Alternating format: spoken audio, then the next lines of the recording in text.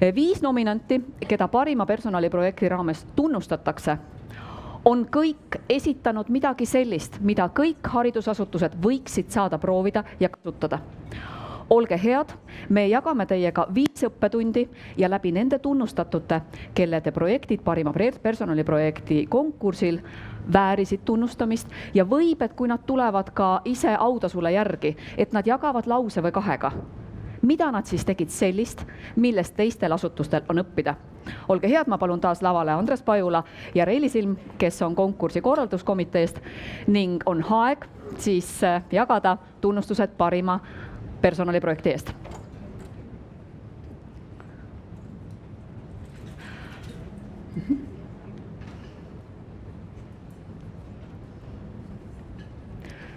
Nii, kas teie olete valmis? Väga kena. Meie esimene tunnustatu ja meie esimene õppetund on lapsevanemate kaasamine õpetajatöösse. Ma palun lavale Gustav Adolfi gümnaasiumi esindaja.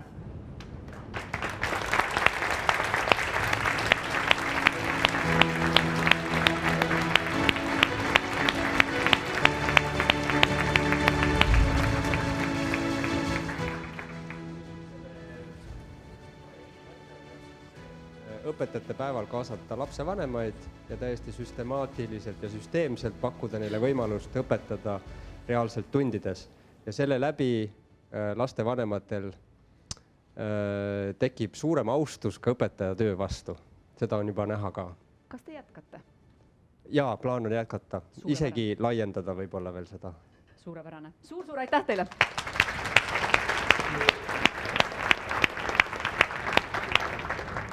Järgmine väga hea ja selge õppetund on märksõnale haridusturundus.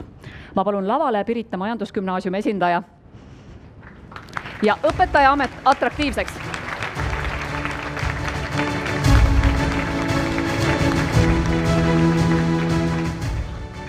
Pirita Majandusgümnaasiumi projekti mõte oli selles, et kui me kõik armastame ja naudime oma tööd, siis jagame seda informatsiooni ka teistega, sellepärast et siis õpetaja amet saab populaarsemaks ja häid õpetajaid tuleb meie juurde sekka juurde. Aitäh!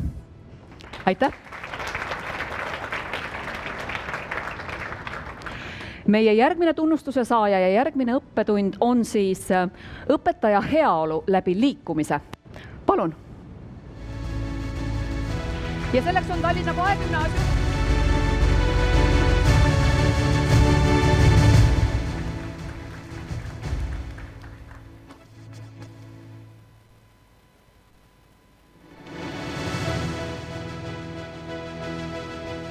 Kõik suured asjad algavad mingistest väikestest algatustest. Nii ka meie koolis.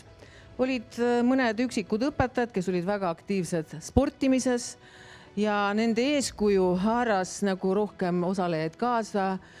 Koguni, et me suure meeskonnaga osalesime sügisjooksul. Mina saavutasin isikliku rekordi, läbisin 10 kilomeetrit ja need, kes, ma olin üks viimastest. Aga sellest oli midagi. Mul oli toetav meeskond vastu võtmas suure lillekimbuga. See annab jõudu, julgust osaleda ja tegusid teha. Aitäh! Suurepärane, suur aitäh teile! Järgmine tunnustus läheb Tuulelasteaiale tunnustuskultuuri loomise eest. Me palun Tuulelasteaia esindaja siia.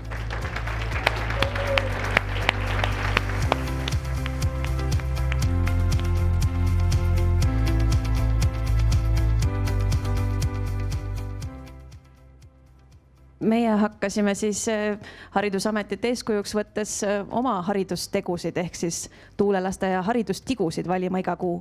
Et asja mõte on see, et me kõik teeme väga palju tööd igapäevaselt, iga nädalaselt kogu aeg ja kõik need asjad, mis saavad tehtud, need vajavad ka tunnustamist ja samamoodi ka mäletamist, et mis kõik on ära tehtud, seda tuleb märgata ja öelda aitäh.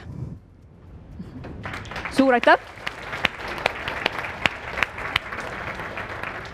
Ja 5. õppetund on klassijuhatajate koda. Südalinna kooli esindajad palun ma siia, sest klassijuhatajate koda ja viis, kuidas klassijuhatajad saavad omavahel inforuumis jagada, kogeda ja areneda ning kaasata ka coachingu ja supervisiooni ja kollegiaalse supervisiooni meetodeid, on olnud midagi, millest kindlasti eeskuju võtta. Aitäh teile!